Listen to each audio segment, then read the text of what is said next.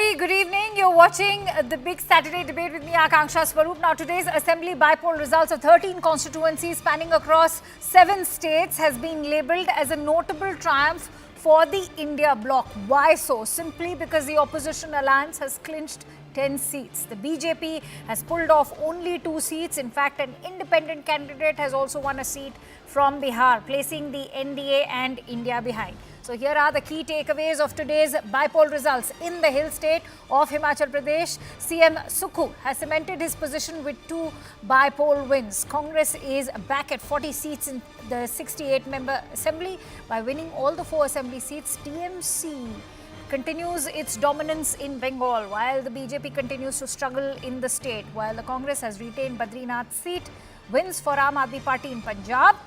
The DMK in Tamil Nadu were on expected lines. By winning 10 of the 13 seats, the opposition has claimed the trend of nation is with the India Bloc and not NDA. Rahul Gandhi has said that the results of the by-elections show that the web of fear and confusion woven by the BJP has been broken, a sentiment echoed by the entire opposition bloc. But the Bharatiya Janata Party is asking what's the hurry behind the celebrations. BJP is claiming that of the 13 seats that went to poll, 9 were not even held by the Bharatiya Janata Party. The Saffron Party has alleged while the elections in Bengal were rigged, in Himachal Pradesh, where the Congress is in power, it failed to retain the Hamirpur seat, which has been won by the BJP. The BJP claims the results in Punjab, Tamil Nadu and Madhya Pradesh were on expected lines. We'll be decoding the bypoll results for you in a bit.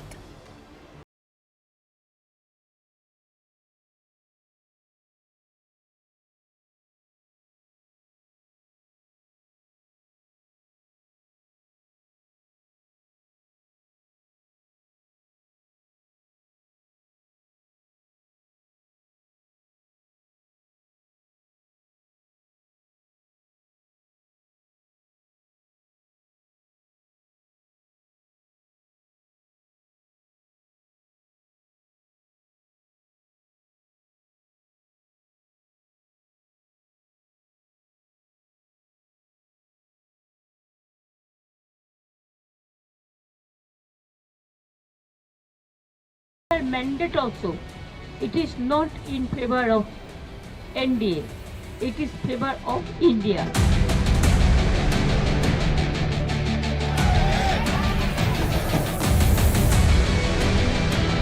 Party is making an allegation against the BJP that the BJP misuses or uses religion for political reasons. But the Congress Party is actually doing it. The very statement that they're giving on Badrinath by-election as also on Ayodhya shows that they are dragging the name of God into it. All right, on that note, let me quickly introduce our esteemed panelists today. I'm joined in by Shazia Ilmi, who's the national spokesperson for the Bharatiya Janata Party, Arshpreet Kadiyal, who's the spokesperson for the Congress Party, Tushar Gupta, who's a political commentator and senior journalist. I'm being told I'll also be joined in by Sanjeev Srivastava, who's also a senior journalist. Many thanks to you, Shazia and the gentlemen, for joining in. Arshpreet, my first question is to you. Let's decode the Dev Bhumi and your victories, especially of Badrinath and Mangalore. How do you assess them? Do you also agree with Mr. Pawan Kheda's own parallels between Badrinath and as far as the Ayodhya victories are concerned? Thank you for the question. First and foremost, the Bharatiya Janata Party needs to do one thing. Whenever back in the day they used to win an election, they used to credit it to Mr. Modi. This massive loss, this blunder for the Bharatiya Janata Party should also be attributed to Mr. Modi, because Mr. Modi's arrogance, misgovernance has led to this. Second of all, Mr. Modi has a very famous dialogue, "Hum to fakir aadmi hai ji, jhola leke chal padenge." The thing is that the Bharatiya Janata Party would very soon be given this opportunity by India to execute what Mr. Modi said back in the day. The only thing is, some people, some parties won't become history instantly, and some parties become history gradually. The Bharatiya Janata Party belongs to the latter. Back in the day, they used to be at 2 seats. The Bharatiya Janata Party would very soon be sent there by India, because the first jolt was given to the Bharatiya Janata Party when they fell short of the majority mark in the recent Lok Sabha election. Then after that, this is the second jolt that they have gotten. 2 out of 13 seats The people have conveyed it to the people of the Bharatiya Janata All right, Party. Ashpreet, you That finished was your not monologue and respected. yet you've not answered my question. Can we now talk about the Devbhoomi of Badrinath and even Mangalore? Please, I'm running short of time. I need you to address my question. Well, if Mr. Modi's monologue would have also finished properly, the Bharatiya Janata Party would have scored better seats. All right, so And it as seems far as that he's the- as also far as the inspired you question and you are is concerned, condemning the very person who's inspired you in delivering monologues. course, Now, please, he's let's inspired a lot talk of people about that have lost. what Pawan Kheda has had to say. He's talked about your victories in Badrinath. Do you concur with Mr. Pawan Kheda when he's talked about how the religion card has not worked for BJP when it comes to the Badrinath victory and Mangalore as well? 100%. 100% we do agree with that, because the Bharatiya Janata Party's politics on the basis of these aspects, people have rejected that. People do not want their theatrics. People do not want their Sholay remarks. People do not want their Vasepo remarks that Mr. Modi indulges into, that the Bharatiya Janata Party indulges into. People want substantial work to be done. All their promises have fallen flat on the ground. The law and order in so many states, which are BJP-ruled states, are actually going through a law and order machinery breakdown. And Mr. Modi was back in the day, busy with the foreign trips, busy with deciding who the speaker ought to be when there were major issues that were looking at the face of the country. All right. Therefore, All right. Thank you therefore, for answering that question. And first of all, congratulations on that performance as well. But Tushar, if I may bring you in quickly, is it even fair to draw parallels between Ayodhya and Badrinath, considering Badrinath has always been a Congress stronghold?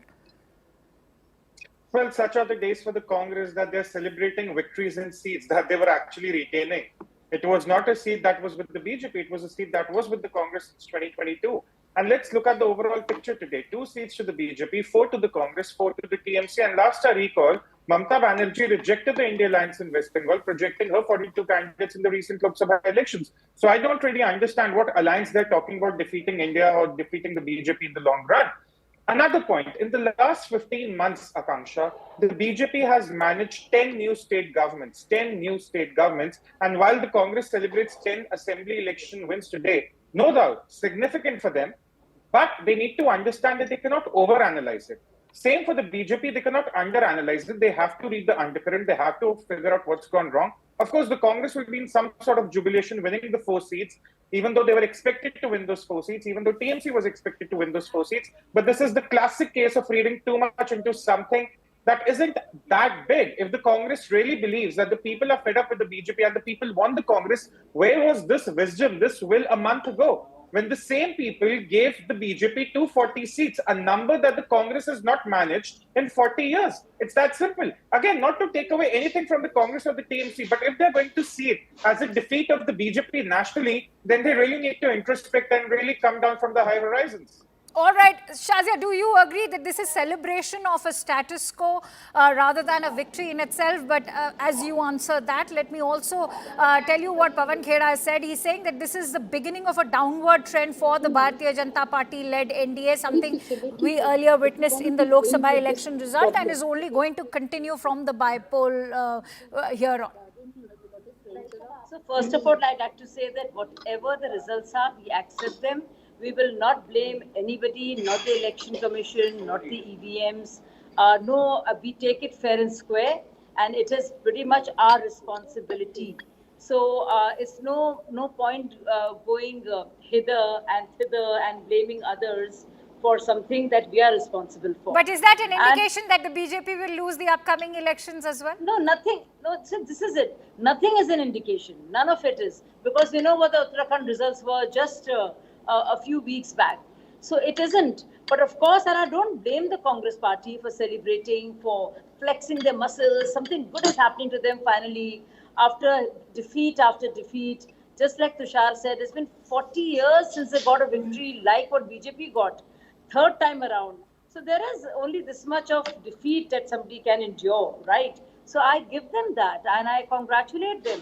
And these are, after all, the assembly elections. When it came for a choice for the Prime Minister, for the 3rd time around, the country chose our Prime Minister and BJP as the largest party. So nothing takes away from that. So let's not conflate issues, let's not confuse issues, and let's just say it fair and square. They won. Okay, out of 13, as you said, we had 4. So we did lose 4. We did lose 2 and we retained 2. What And explains your losses in Bengal, considering we've seen that already being dominated by the Lok Sabha losses as well in Bengal? What is leading to this? The gains that were made in 2019 seem to have just gone down the drain in 2024.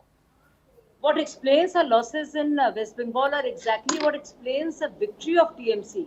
If you see how the law and order machinery is, if you see what happens to those who do not vote for TMC, be it left, be it BJP, we all know that. So exactly what has worked for them, and again I will talk a little bit about strong arm tactics, is exactly what has led to defeat of Congress, left and BJP in West Bengal. Harshpreet, how do you weigh in on the Bengal results? Because, in fact, the allegation coming in from the Bharatiya Janata Party is that what was at play was, in fact, intimidation of the voters, criminal tactics were employed. Well, the spokesperson of the Bharatiya Janata Party has clearly contradicted the stance of the Bharatiya Janata Party qua West Bengal. They have been making accusations, hurling allegations at the West Bengal government. And here she said that it was all fair and square. So the Bharatiya Janata Party needs to do away with this confusion. The confusion is the reason as to why you have lost such. One second, hear me out, please. Number two, I'll have to interrupt you. Shazia, I'll give you time. I'll give you time. Let him finish what he said. Thank you.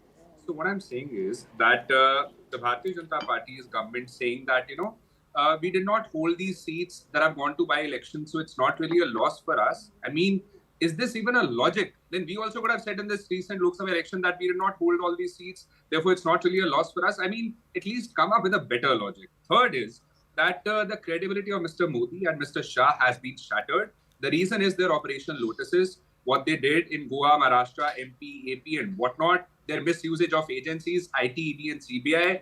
And then the third and the most important, the discrimination with the opposition-ruled states, there being no debate and discussion, the important issues being ignored, and most important of all, it is very important that we understand this momentum that has been gained by the India alliance, that has obliterated the arrogance of the non-democratic alliance, will turn into a storm.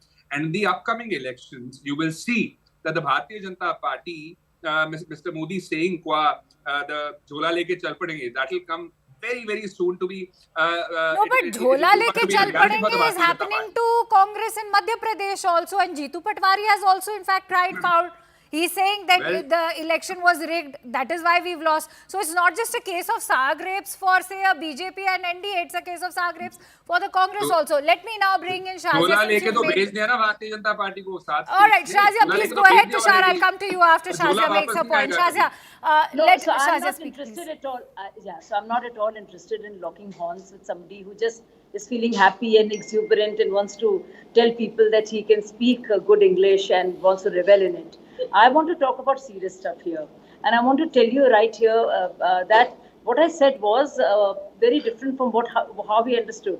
That has to do with his abilities of comprehension and how much he gets. So there are, in language, there are nuances. What I said was that the same reasons why we lost are the very same reasons as to why TMC won, which is a strong arm tactic. So I never attributed it to TMC at all. So you just have to listen a bit carefully. And I think that would help everybody, and also the level of the politics is all the BJP does, and the debate.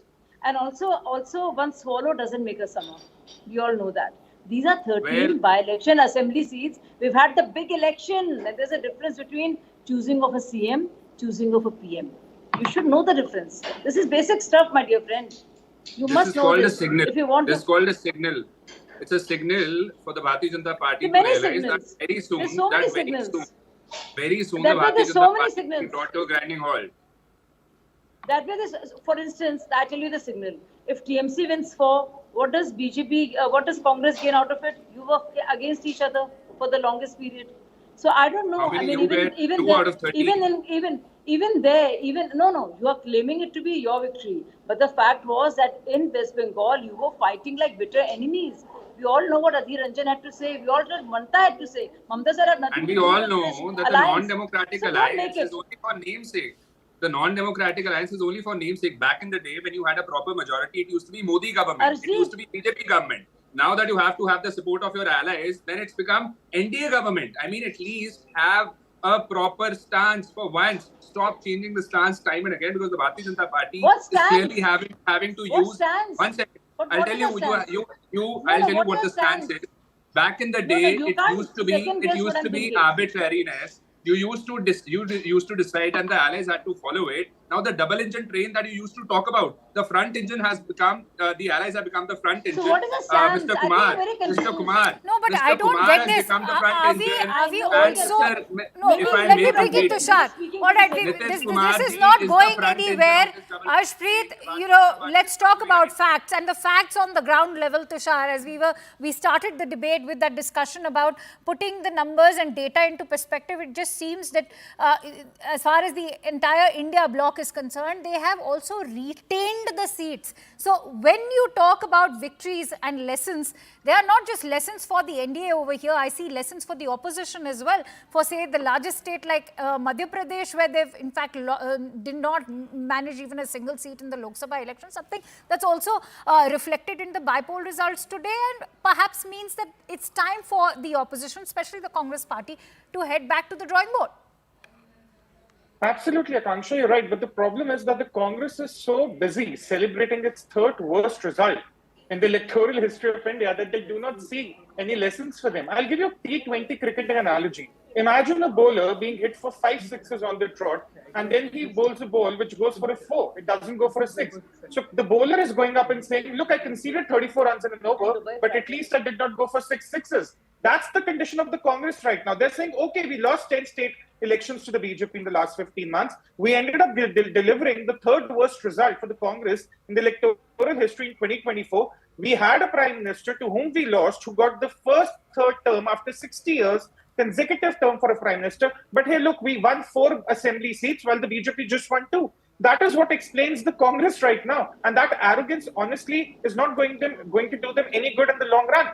BJP has lessons for itself. Clearly, they need to fix things in Uttarakhand and Himachal. But the Congress, what are they doing at the end, say, in Madhya Pradesh? What are they achieving in Bengal? What are they achieving in Bihar? Absolutely nothing. So if the Congress wants to believe that there is some larger national picture in these 10 assembly wins, sure, go ahead with it. But at the same time, they need to believe just a month ago, the same people rejected them in the center for the third time. They could not even manage 100 seats. It's all good to mock the NDA, my friend, but NDA has existed for decades. The India Alliance has not even existed for a year. That is how that works. I'm sorry. All right. I see senior journalist Sanjeev Srivastava has joined in. I'd like to, in fact, take that rebuttal from Arshpreet before I quickly go across to Mr. Srivastava. All I would say is that the Bharatiya Janata Party needs more than one spokesperson to support their cause. Given that the loss is such a big defeat for the Bharatiya Janata Party, they need it. We understand that. But I'll tell you what. The reason as to why the BJP has lost is, the major reason behind that is that the Lotus is in the middle of the tug war. From one side, Mr. Kumar is pulling that, and from the other side, Mr. Naidu is pulling that. And we all know when the Lotus would be in between and it's being stretched from both the sides, what will happen to that Lotus. And that's exactly as to why the Bharatiya Janata Party has suffered this defeat. And this is the tip of the iceberg. With the passage of time, you will see that the Bharatiya Janata Party would become history, because no more are they the front engine of the double engine train. Their allies have become the front engine of the double engine, and they decide what will happen, what will be said, who is to be what. And if the Bharatiya Janata Party does not comply with it, we will very soon see that this government would not be able to fulfill their term. They would fall flat on the ground before that. And no matter you how many... repeat yourself so much. You use too many words to say the same thing. First, because Mr. Modi does not use these words for Manipur, I don't know, Arshpreet, why do you constantly keep latching on to what the Prime Minister has to say whenever you get too verbose? I'd appreciate if you can back your arguments with facts on the ground. Sanjeev Srivastava, how do you assess the bypoll results of today? Because many are talking about the results becoming a disappointment for the Bharatiya Janata Party. What has led to this disappointment? Have the turncoats also taken a toll on the party? I think all of that really has happened. See, one should not over-assess or try and extrapolate the by-election results too much. But at the same time, whatever assessment you will do, however little take you will take out of it or understanding you will make of this result, one thing is certain, it is not benefiting the BJP. Now, how much of a harm it is causing the BJP, how much can we see it as a what's happening on the ground vis-a-vis BJP and the opposition. Is the BJP losing ground? The only difference of opinion will be in the extent of it. There is no gainsaying the fact that it is a loss for the BJP. So if they lose 10 or 11 out of 13 seats, some of which they held actually, and some of which where they forced But defection. interestingly, Sanjeev ji, out of the 13 seats, in fact, look at the data, 9 were not even held by the BJP. So, So if you want to take satisfaction, or the BJP wants to take satisfaction from that, and because it is not a game of arguments. That which side Absolutely, is absolutely. right. And there's no What- denial that there needs to be introspection done. So what I'm saying, Akanksha, Lot of is it. that it is only the extent that we can debate and discuss. The outcome is more or less certain that this has not benefited the BJP, it is a loss. Now, whether it is a huge loss, it is a slap on their face, is it a big setback, or these are temporary hiccups which come during which will happen during the course of the next 4 years. I won't see this as a sign of upcoming assembly elections, but I won't rule that out as well. See, the issue is that one can see the momentum.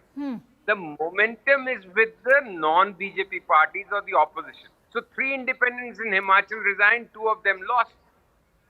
And similarly in MP also they lost. So it is, the BJP should really introspect and think what is getting wrong. One reason you pointed out, is it one reason that the loyal Karyakarta and workers of the party are disenchanted because they are taking turncoats or imported material which is not really being accepted either by their voter or the BJP cadre. So what once looked like a very smart, pat strategy is now backfiring on them. So what, and see again, if you juxtapose it with the MLC election, which also yesterday the talk was how smart the BJP is in Maharashtra. They have managed to cobble together numbers and won a majority of MLC. Yes. But the difference, Akanksha, which we must remember is that is management of MLAs and legislators who can be managed by different endorsements or whatever. But today's result is the real result of the public. So management of MLAs, legislatures, atmospherics, optics, situation is one thing, and managing the voter is quite another. Where today the BJP seems to have suffered a setback, and we can debate as to how big a setback. All right, Tushar, I'd in fact like to close this debate with your closing thoughts, because remember, the questions that are now being raised towards the BJP are the fact that yes, Uttarakhand, as far as Badrinath is concerned, it is a Devbhoomi. It should have still come to the BJP, because let's not forget that Uttarakhand is a state governed by the BJP. So what if Badrinath was a stronghold has been a stronghold for the Congress? But having said that, even Bengal, remember, there were seats held by the BJP which have now gone over to the TMC. So where do you think are the lapses? I think the only lapse I would look at is how the BJP is going to go about Bengal now. You have the state assembly elections 2 years from now. If there is going to be a time to revamp the entire strategy, it is now. I wouldn't be too worried about the results in Himachal and Uttarakhand. Frankly, in Himachal, they've wrestled the seat in Hamirpur. So Himachal and Uttarakhand pretty much balanced, but the serious lapses are happening in West Bengal, where a proper revamp of strategy can actually help the BJP 2 years from now. And the time to start it is right now. But again, to put the final word, the BJP should not underanalyze these elections. The Congress should not overanalyze these elections. There is a larger game at play here, and that will unfold later this year. All right, Ashpreet, the Sanatan cart, which was always attacked by the Congress party, the allegation coming in from the BJP is that now you are also using religion when it comes to these victories. Well, I think the Bharatiya Janata Party is just doing propaganda that it does best. We have always been a secular party. We are and we'll always be. We respect all religions like we have. But I'll just tell you one thing, that the Bharatiya Janata Party's invincibility image has been shattered to bits. Second, that the Bharatiya Janata Party has always Sam, Dam, Dand, Ved in every election, no matter how big it is, no matter how small it is, their PM, their ministers, their union ministers, everybody goes to the election, and despite that, they have lost. I mean, election rigging is a very, it's an allegation of, that's passe now. Both sides have been alleging that. Shazia, 10 seconds, I'm sorry, I'm giving you the shortest time to finish, but I'd like to end with you. Yes. Yes, see, we are not whiners. We don't whine. We don't. We are not sore losers. We take it in a stride, and I take it in my stride. These losses are disappointing. We ought to have done better, but we will take the responsibility fair and square. We will look into it, introspect. Clearly, there is something missing. All right, and at the end of Continue. the day, I'd like to remind our esteemed panelists that these are bypoll results, perhaps an indication, but certainly not the be-all and end-all of the political universe in our country. Many thanks to you, Shazia and the gentlemen, for joining in. And with that, I slip into a quick break, but we'll be back with the latest on the mega wedding of the year, and that is of Anant Ambani and Radhika Merchant. Stay tuned.